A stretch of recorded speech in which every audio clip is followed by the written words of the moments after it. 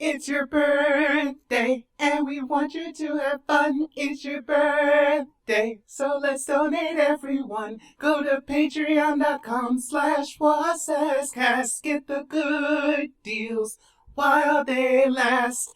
That's more content just for you if you survive this weasel crew. Patreon.com/WhatsAppscast. Go there now and have a blast. Looks like I better run for my life. I'll never be in one piece. You see 9 to 5, I've got 11 on my tail. With no time to think. You don't say much, do you? That's fine. We'll do all the talking around here. I am your host, Aaron, and welcome to Waseska's Wonderland. I'm sure we'll have lots of fun today. Joining me today, I have Ryan the Rhino. He's got advanced enough AI to help me with today's podcast. How you doing, Ryan? Heidi-ho, kids. That never is not creepy. If you want to follow us, you can go to the links down below. That's Patreon, YouTube, Pippa. Acast. I gotta update that. Here we go. Acast. There we go. Acast, Apple Podcast, whatever Google's on. I actually should update that too. Hang on. Whatever Google is on. There we go. Stitcher, TuneIn, Podcast Addict, and so many more. Follow Google, you'll find us. Just on Google. The intro song for this week is Mechanical Instinct by the Aviators. Honestly, didn't pick one yet because there's so many FNAF-inspired songs, and I also didn't know if FNAF actually had a song in the games I could use that had a title to it, so whatever was there, you already know what it is. I will ensure the editor put some information here that I may have missed. We pay him enough. The editor will take care of it. Oh no, he doesn't get paid enough. He doesn't get paid at all. I know, because I'm a him. So Ryan, we are doing a movie today, a new one actually. We are, and this is my own goddamn fault. It is. So we are doing the latest release in the Nick Cage verse, the 2021 Willy's Wonderland, written by Geo Parsons and directed by Kevin Lewis. The film made a total of $220,000 worldwide at the time of writing this. I don't know if it's actually gone up since then. I wrote this like a week ago, which is only about 4% of what it cost. Oh no! Keep in mind, right? We are in the COVID time, so this is not really, it's not necessarily their fault, but at the same time, it probably wasn't great. So You had to spend $20 to rent it, my guy. What were they thinking? actually, I'm gonna look it up real quick and just see if the box office has changed. Oh, my computer's frozen. Oh my god. Yeah. I had a feeling it wasn't really gonna be a good ROI when I watched it, but to hear the percentage is it's real bad. It's real bad, guys. I'm so sorry. It's real bad. Let's see. So at the time of recording, according to Google, they are now at 304,000. Hey. I think that might just be the United States, though. Let me double check here. Change that. Box office worldwide. Yep, still 304,000. I don't think it has a wide release, possibly. So, yeah, it's up more than 4% now. Don't know exactly where, but hey, you know what? That's okay. It's okay. It's likely crossed the 5% mark, which is good. That's progress. Yeah, that is something at least. So, congratulations, Nick Cage, for a movie that did not succeed very well. Again, I give you the COVID asterisks, even though I don't know how much more he would have made without COVID. So, yeah. Oh, did I put fun facts? Or I thought I did. Are there fun facts for this film? I mean, it's relatively new, so I could also want to put fun facts and well, I guess there's no awards, but I also have a cast list here. Shit. Hang on, let me bring it by IMDb. Listen to y'all listening. I just got off editing other stuff. So our editor works hard, y'all. Let's see. He works hard. Willy's Wonderland. Let's see here. I guarantee you it has Nick Cage in it. No, I don't think so. I think it's a hoax. So our cast includes some names you may or may not be familiar with, including David Sheftel, Christian Del Grosso, Tariel Hill, Jonathan Mercedes, Kaylee Cowan, Kai Cadleck, Chris Warner, Rick Reitz, Beth Grant, Emily Tosta, and some asshole named Nick Cage. I don't know who that is. And some asshole named Nick Cage. There is no awards for this film. Rightly so, I would say. Fun fact trivia. Ryan, I'm going to send you a link. You just give me the things you find the most compelling or the first thing or the first things you see. It's perfectly fine. This will be fantastic. This will be the first time I think you've actually had to pick them. Hey. Okay, let us take a gander at some facts. I remember reading some of these, and I actually do remember looking at this. I don't know why I didn't grab some of these when I was looking at them, though. Okay, let's see here. First and foremost, one of the key things that drew Nicolas Cage to the role was the fact that he was intrigued by the idea of making a movie without speaking any lines. That was interesting. I want to talk about that when we get there. Mr. Cage is constantly breaking the boundaries of his acting abilities, and I love him for it. Even if it doesn't always come out good, I love him for constantly looking to try some new shit. Mm-hmm. Right? Let's see here. Nicolas Cage also improvised the infamous, it doesn't say infamous, but I'm just going to call it here right now, the infamous pinball dance. Yeah, the one where he looks like he's fucking the pinball machine. Yeah, that one. He just made that up. He just felt it in the moment, and I love him. I love him for it. For those listening and who did not see the movie, yes, he does do some weird thrusting to the pinball machine. It's magical and weird at the same time. Yeah. Let's see here. And since we usually do 3, I will end it with the most blatant lie I've ever seen on IMDb.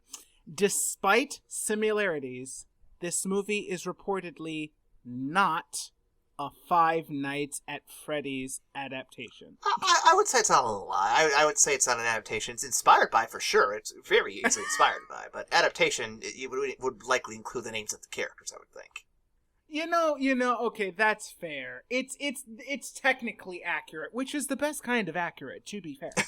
But yes, it is not an adaptation. It is just heavily influenced by the game series. We still haven't gotten that movie, by the way, the Five Nights at Freddy's movie. I'm very curious as to what's holding that up, but we'll find out soon enough. We have initial thoughts here.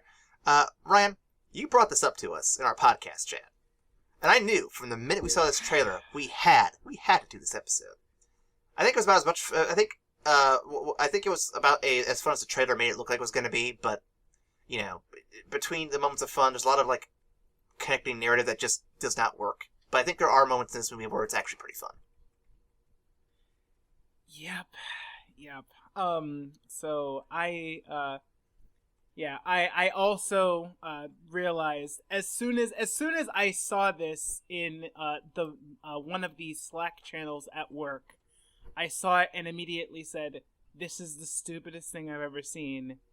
But oh god, we have to podcast on it. And I just had to let you guys know about it, because if I hadn't, I would have felt like I cheated the podcast out of some gold. So here we are. Don't ever say I don't do anything for you, listeners. This is a very Ryan heavy episode. He did the intro. He picked the movie. It's been an episode. That being said, though, I did enjoy watching it. It is not a good movie, in my opinion, but it's a movie that you have fun riffing on. It's like modern day Mystery Science Theater. For me, so I got to watch it with Allegra, and we were just clowning on it, but having fun with it. Mm-hmm. So we watched it with Chaz and his wife, Amanda and I did, and the general consensus was there are very satisfying moments here and there. His wife overall hated it. Chaz and I were both kind of in the middle. I think he was definitely more negative than I was, And then Amanda, I think, was also on the same side of it's pretty dumb, but she didn't absolutely hate it. So yeah. These are fair reactions. yeah, it's by no means a good movie. I mean, if we compare it to the rest of Nicolas Cage's canon, there are definitely better movies that we have already covered. Even in this season alone. So this is definitely on the lower end, but not like abysmal. I've seen worse for sure. It's fun. It's fun. Yeah. Review out of the way. Let's get to a synopsis here. Local drifter and professional mute Nick Cage rides into the town of Hayesville, where he comes into an unexpected bit of car trouble. Good thing a tow truck was nearby, because he would have had difficulty talking to a AAA. The mechanic offers to fix his car, but he doesn't actually accept any currency used in the modern 21st century. Because, the plot dictates it. So you don't have $1,000 in cash on you at all times? No, not at all. No, what if someone tries to rob me? So Cage is offered to get the fixes for free if he's willing to work overnight at Willy's Wonderland. Seems a little strange, but you know what? Free is free. Meanwhile, some girl's trying to burn down the Wonderland, but is apprehended by her adopted mother, who is a cop. She strips her daughter of rights and functioning toilets, because we have to show she's a bad cop and a bad mom. Her friends break her free, and they agree to go to Willy's that night to burn the fucker down. Cage is locked in by a rich Texan owner of the establishment because he doesn't want Cage to be distracted while he works. Fair enough. So Cage proceeds to clean various parts of the fun center. Every so often, he's challenged into combat by one of the various animatronics. He manages to fight off most of them with ease, but things get complicated when the kids from earlier accidentally get stuck inside the building with him. He continues to work, but the animatronics kick things up a notch. Slut Girl and Black Guy are killed by an alligator while trying to nut. Nerd Guy is killed by an offensive Mexican stereotype. The Cool Guy is stabbed by a knight because that somehow made it as an animatronic. The main girl's boyfriend is killed with some ton action, and the main girl survives because she adapts the strategy of staying close to Nick Cage as much as possible until she is removed from the building. Cage is left to fight Willy by himself. It doesn't go very well at first, but he pulls a Batman and comes back with better weapons and strats. Willy's is now freed of its weird demonic curse. Kind of. One of the animatronics survived the massacre and kills the rich Texan and the mechanic as Cage drives away with Liv into the sunrise, something, who knows.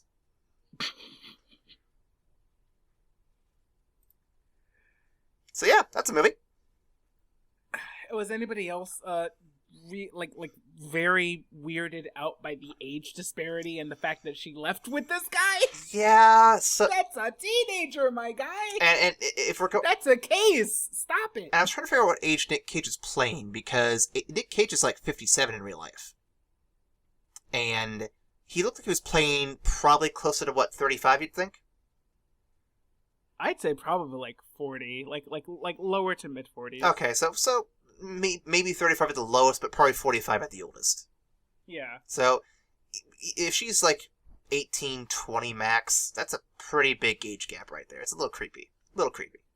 Oh.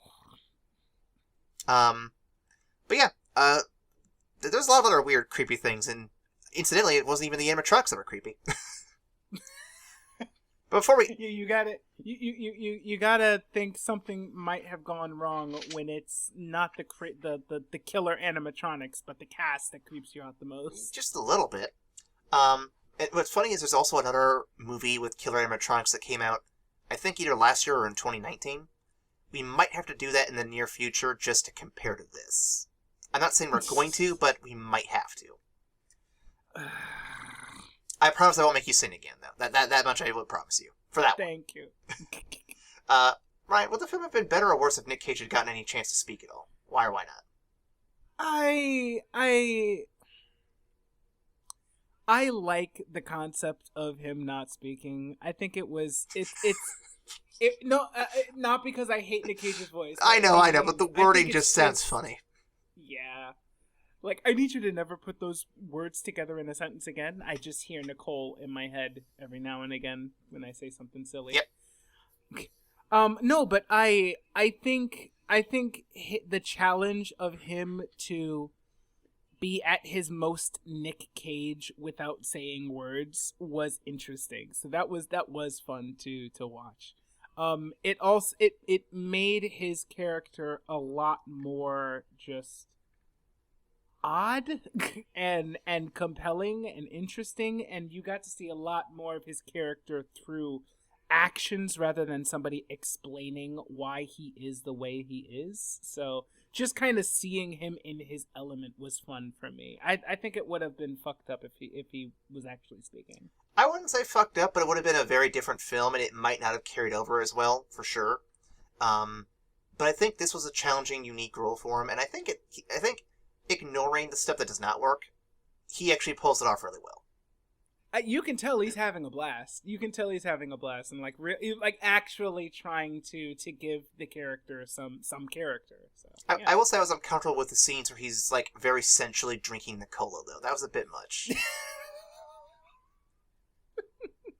Like they linger on it for a very long time, and they do it repeatedly. I'm just like, why are we doing this? Because, man, that's just the character. That's just the character of the janitor. No. That's the character of the camera doing that. Okay, he had no control over what was going on there. That's fair. That was a filmmaker's decision. Like, we got to get in real close on this drink shot. Hold on. And make sure you're breathing real heavy when you do it. Oh yeah, like that. Yeah, that's exactly how I picture that going. Little much. Ryan, as a horror movie, sort of, who did you predict the first teenager to die was going to be? Oh, the black guy. 100%. See, I made that same call, especially because once they got inside and the girl looked at him and they were both getting the horny look in their eyes, I'm like, oh, yeah, no, they're both going. They're gone. It'll be one after another, and I hate that we were both wrong. I mean, I appreciate the fact they went against the stereotype and they killed the cool white boy first, but man, oh man, I hate that they made it so obvious it was going to be them and it wasn't them. I mean, I kind of enjoyed that. I think I was more impressed with their decision to steer away from the stereotype, despite putting them in such a stereotypical situation, and despite the black kid being like the prototypical jerk that you have in every like teenage group in a horror movie. Like, so he was checking multiple boxes, and I'm like, yeah, so this guy's dying. Like this guy's dying for real. But he wasn't the first. Well, and it's even funnier too because he got his dick out, and it's like, oh, that's a sure number one sign. You're the first to go. Speaking of which, Ryan, in a life or death situation, how hot does a girl have to be to get you to have sex with them in this kind of situation? That's not happening. I'm sorry. There's nothing anyone can do to get you to do it. I think I'm too practical. When we're in a situation where literally we are going to die if we're not on like a razor's edge and paying attention to everything. Why? There's like, my mind is not on that. my blood is pumping to my heart and not my dick at that point. So it's not gonna work. Even if I wanted to, I'm too busy thinking about the killer that's going to obviously get us in our most compromised situation. No, I understand where you're coming from. Every time I've seen this trope played out in horror movies, I think to myself, how do you get yourself in that situation? Like, I get it in, like, say, Halloween, for example, when the killer is wandering the neighborhood, but you aren't aware that there's a killer in the neighborhood. I get that you have sex and that you get killed. It's not really your fault. You didn't know. It just happened, and you just happened to be in the line of fire. That one I'm not going to fault the people for. Maybe the girl a little bit for not realizing her boyfriend had already been killed, and she was not seeing her boyfriend under that, ghost costume or whatever. That much I can kind of, throw her under the bus for. But overall, I wouldn't blame either one of them for doing what they did and then getting killed after. That's nonsense. Or like, say, for example, Friday the 13th. I think once you are aware the killer is is in the area, probably stop doing what you're doing and focus on that. But until the killer is you are aware that there is something off or a killer is in the area, I would not do anything. And in this situation, yeah, they grew up here. They know this place is horrible. They know what kind of stuff happens here. It's very weird they would even consider doing this. this is honestly the thing that blew my mind the most, because their scene happens after we get the exposition dump.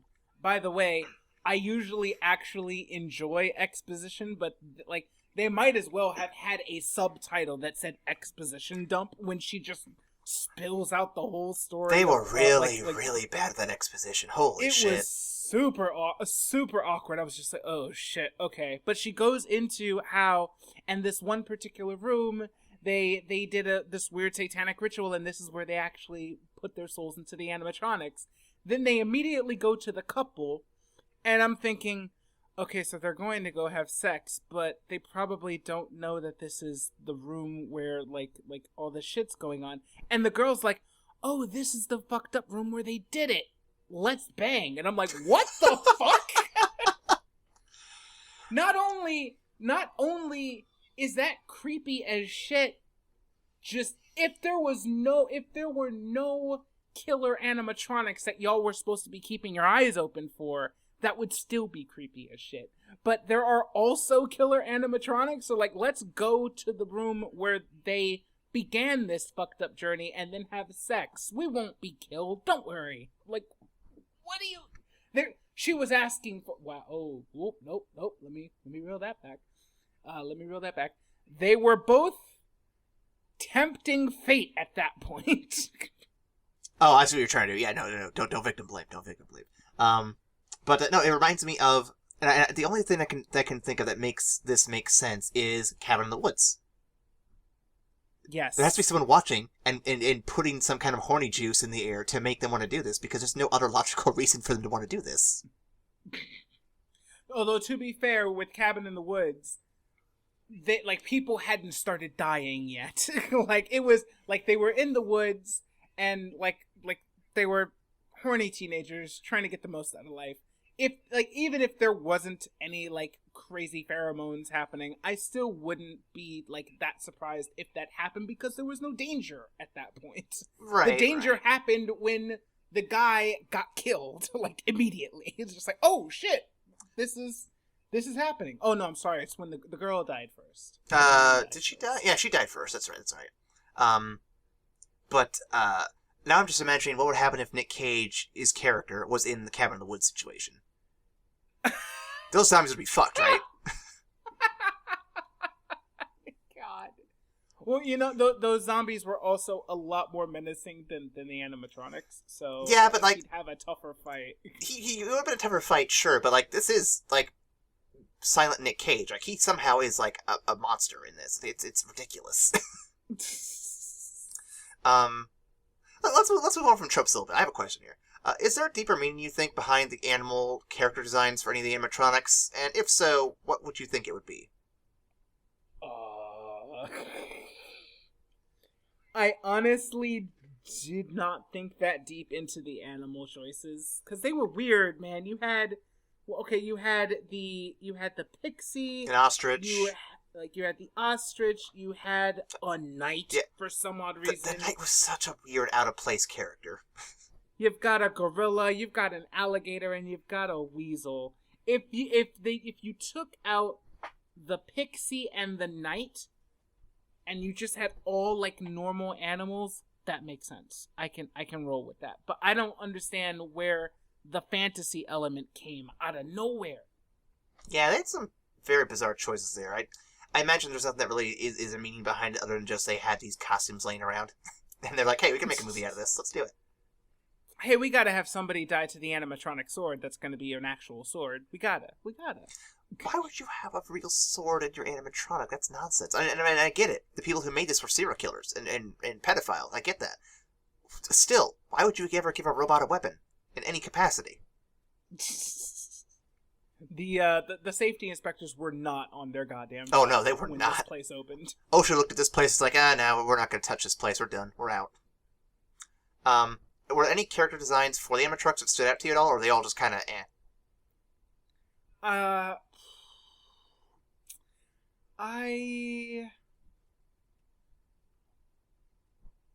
I liked the fact that the fairy could damn near teleport. Like, I thought that was really cool. The the fucked up chase through the vents with the gator? with the alligator was well done. From a jump scare perspective, that was very well done. I really liked that. Very reminiscent of Alien. I like it. Yeah. Aside from that, nah. Yeah, I didn't hate the gorilla in the bathroom, but how does a big thing like that not get noticed? I'm just saying, how's a big thing like that not get noticed?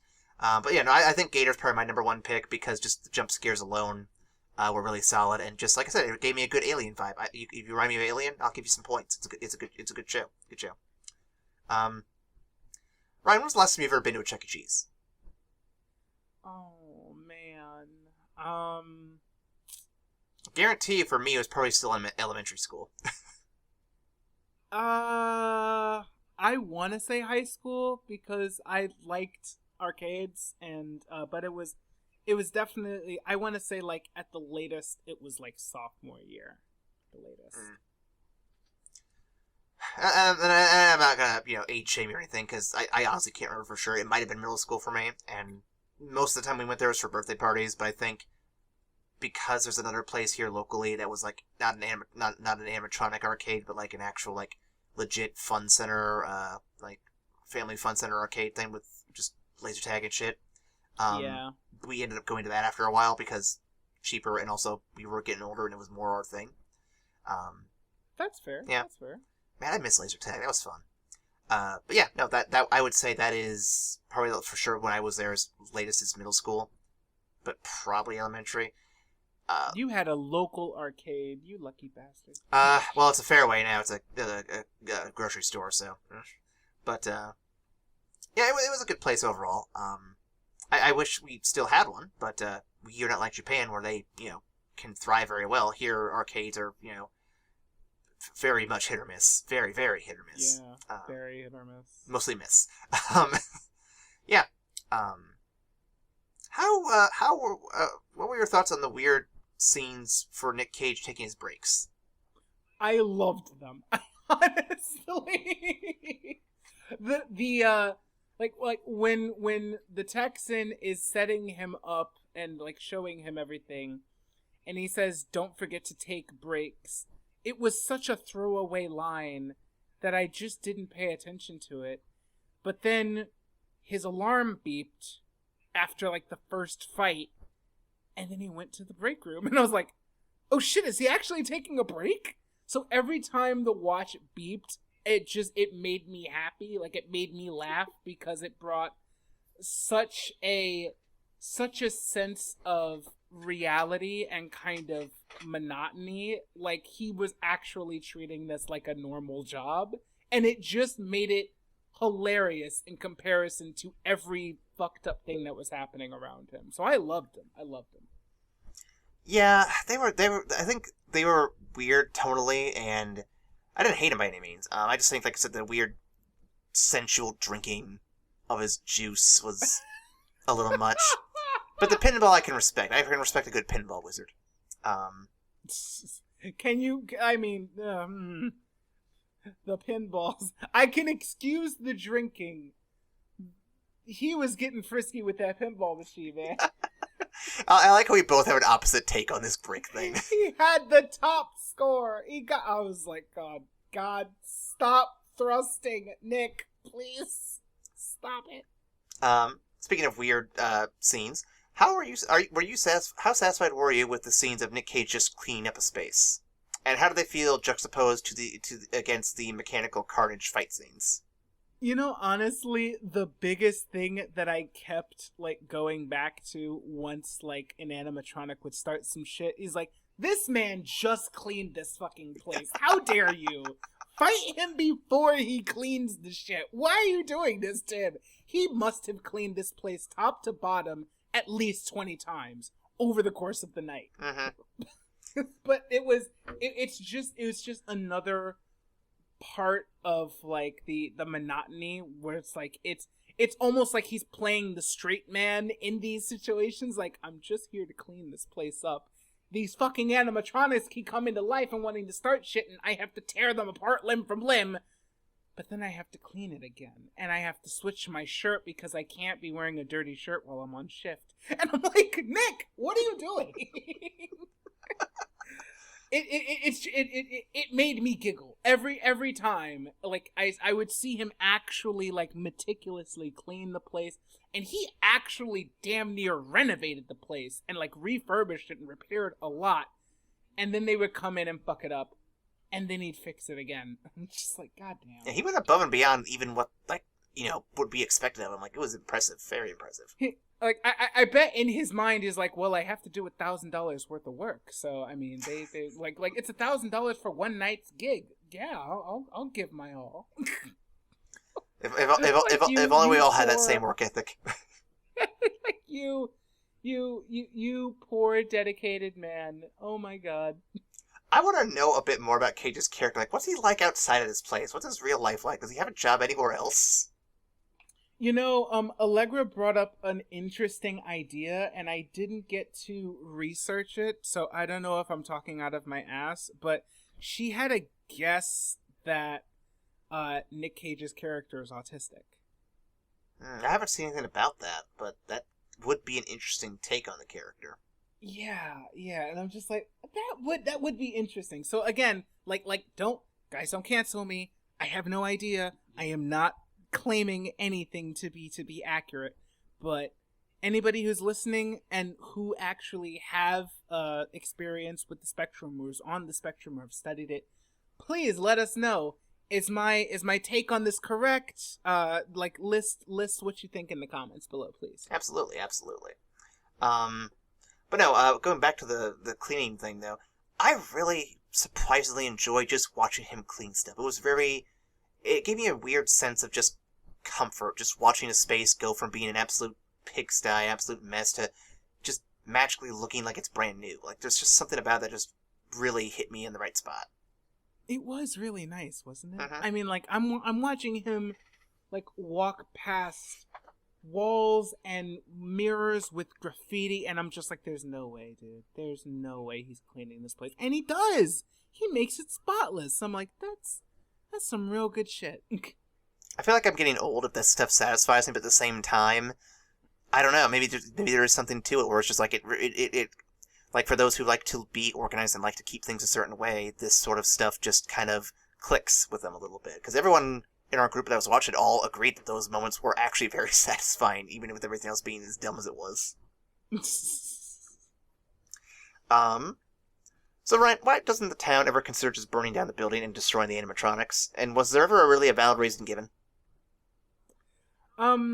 I think at the end of the day, they didn't think they could destroy the animatronics because they're not Nick Cage and willing to duel an animatronic possessed by a child murderer to a bloody standstill. Because they kept referencing the fact that like when we shut it down, then the animatronics actually got out and they started like fucking up the town like proper. So I partially understand it, but it still sucks. It's like they tried to play it off like we had to make this sacrifice for the greater good so that no more of our children would be taken. It's like, I get that, but it's also just like, if you like once they see that this dude can actually kill the animatronics, the fact that she's like, nah, fuck it, I'm just gonna handcuff him and feed him to Willy. I'm like, just like, yo, maybe back him up. Have you considered if he kills them? Have you considered the thing you think is a problem is actually your solution to your real problem? Yep. Nope. Too small town minded. Yeah, very, very red state if you ask me. But anyway, He said, I didn't say it. You said it. Shit. I like how I'm the one who usually takes the political stance. Ryan, how much money would you need to be paid to stay alone overnight in a haunted place like this? Absolutely fucking not. Y'all had to bully me to play Five Nights at Freddy's for the podcast. You think I'm doing this shit in real life? Okay. Give me give me a payphone. I will call AAA to come get my shit. Fuck you. Let me back up. Okay, you get paid whatever you want. You name the price. The place is haunted, but it's not gonna be haunted like this, where like they're actually out to get you. It's like traditional, like, oh, this place is just spooky haunted. Just spooky haunted. Yeah, like the Velisca murder house or something like that. Like you aren't actually likely to see anything, but there are a lot of ghost stories about the place. Okay, that's a little more That's a little more acceptable. If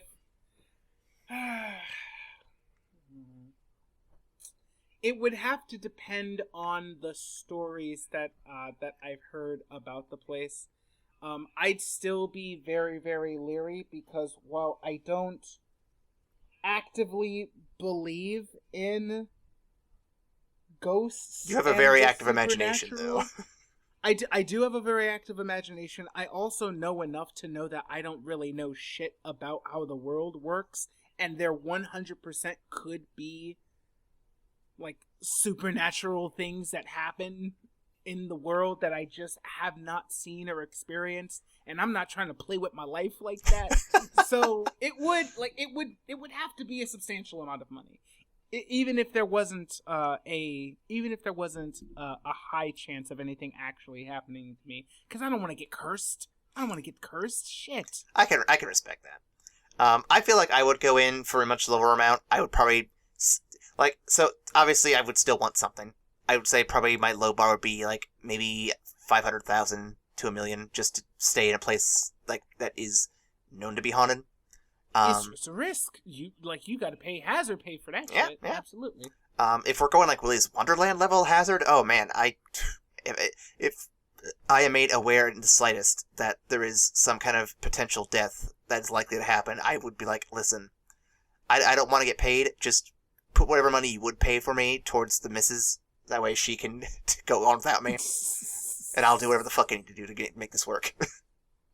Bruh. But that's only if I could actually have to go in there. Like, gun to my head, I have to go in there. That's my trade-off. But, alternatively, though, like, if it's just a haunted place, like, staying alone, I wouldn't want to do. But, like, if I could bring, like, ghost hunting equipment or someone with me who, like Amanda, who is very knowledgeable about ghost hunting stuff, I would be okay with that, because then it's like, oh, hey, I have someone here who actually knows what they're doing. So.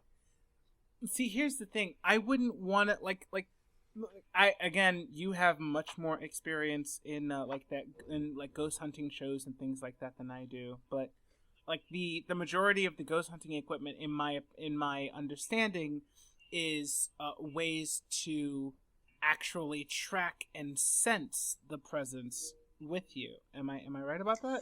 Yes and no. A lot of it's also communication stuff. So, like, for example, there's a device that uses like radio frequencies, and you can speak to the ghost, and it uses the radio frequencies to jumble together words to make something like a coherent response. Usually it's like one word answers, like yes, no, a number, maybe for like age questions and shit.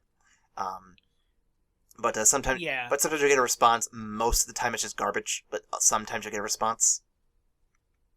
Yeah, I don't want that. I don't like if I go in there with any equipment, it better be something to keep the ghost as far away from me as possible. Oh, then just bring salt. I don't want to know. I don't want to know you're here. I want to know you're not in my vicinity. See, but I would rather know they're there, so that way I know what to prepare for.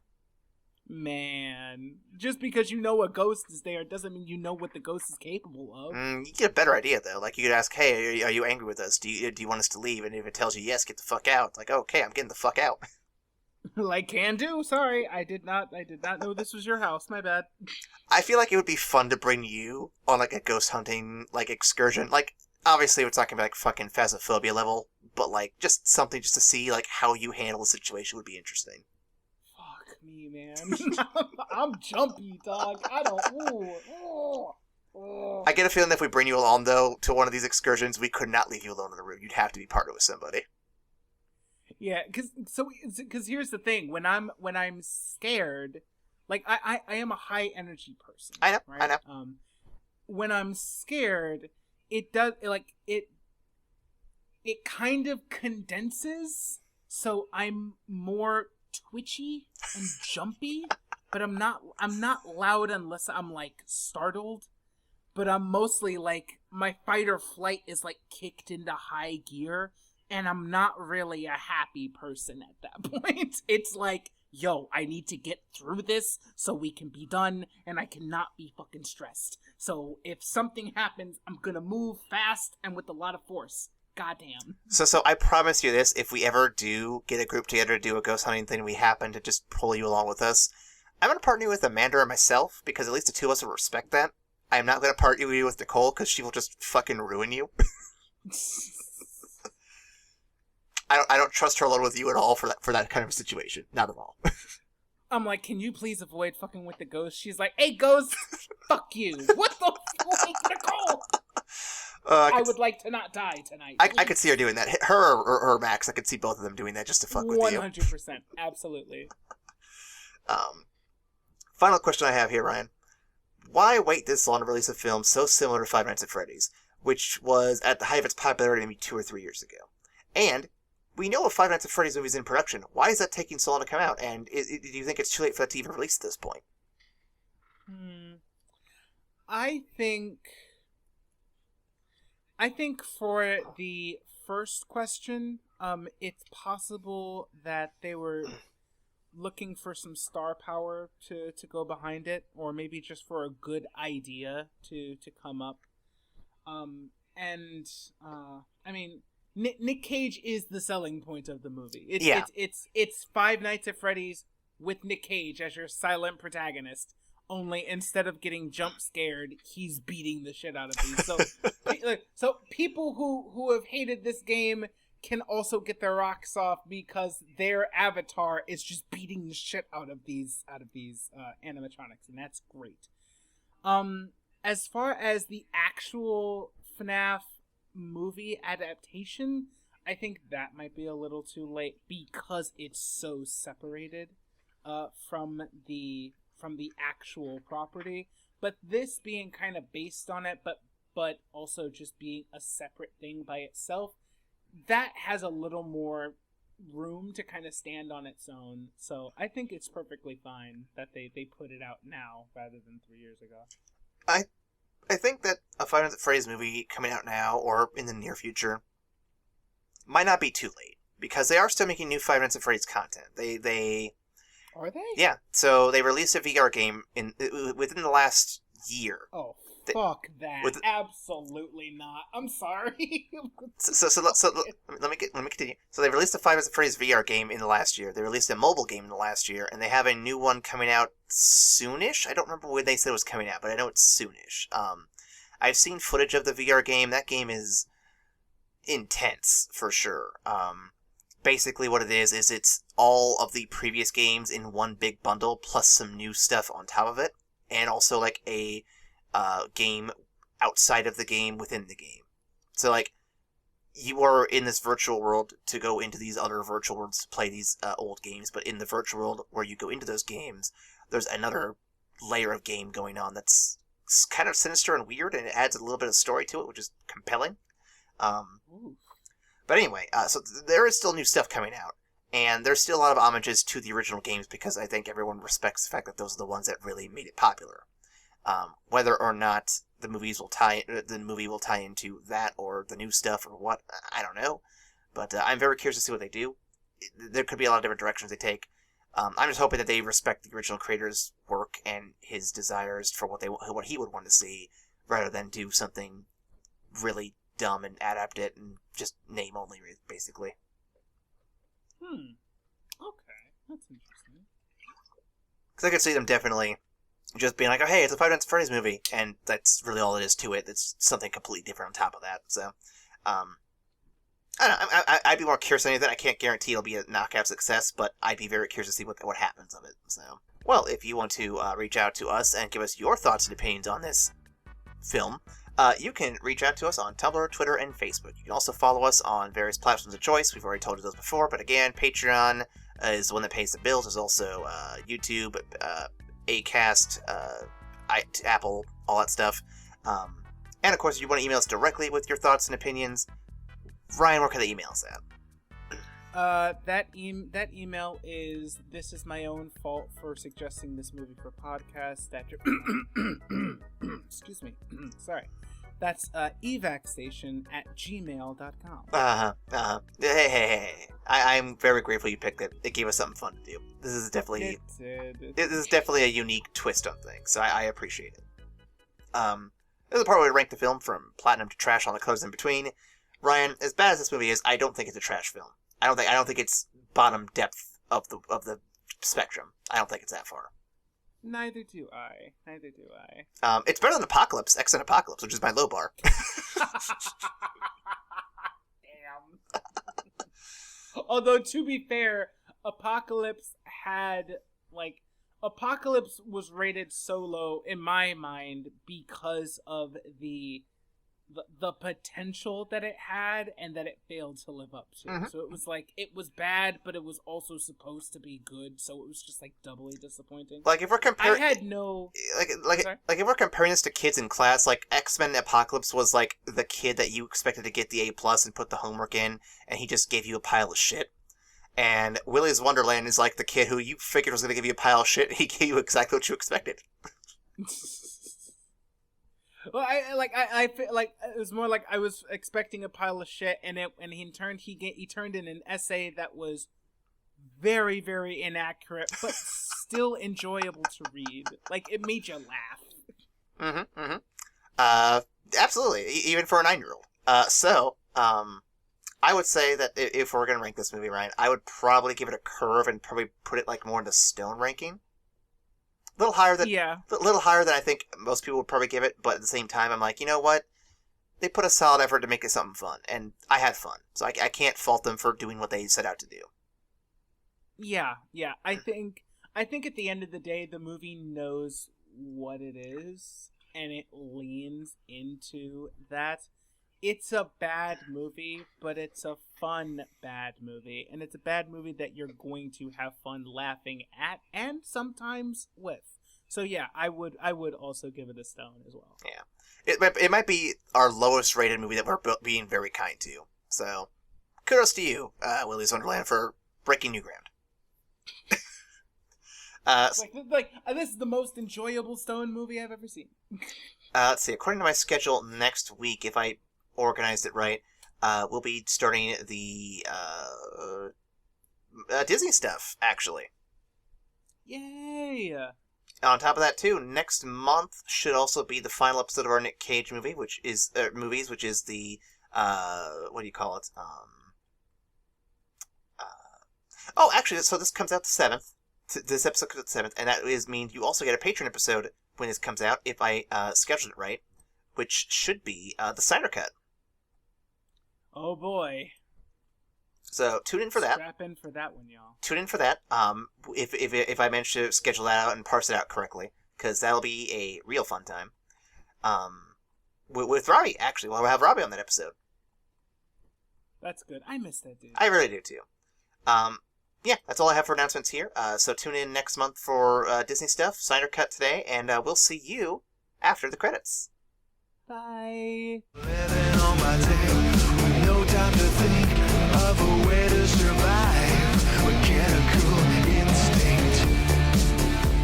I will stop asking you. I will stop asking you to do that as frequently as I You did. bastard. I want to be mad, but I'm also laughing my ass off that I had to do. We better get some Patreon subscribers out this bitch. I'm serious. We really should. You put so much work into some of this stuff. It's between your performances and my editing, we have some top notch shit.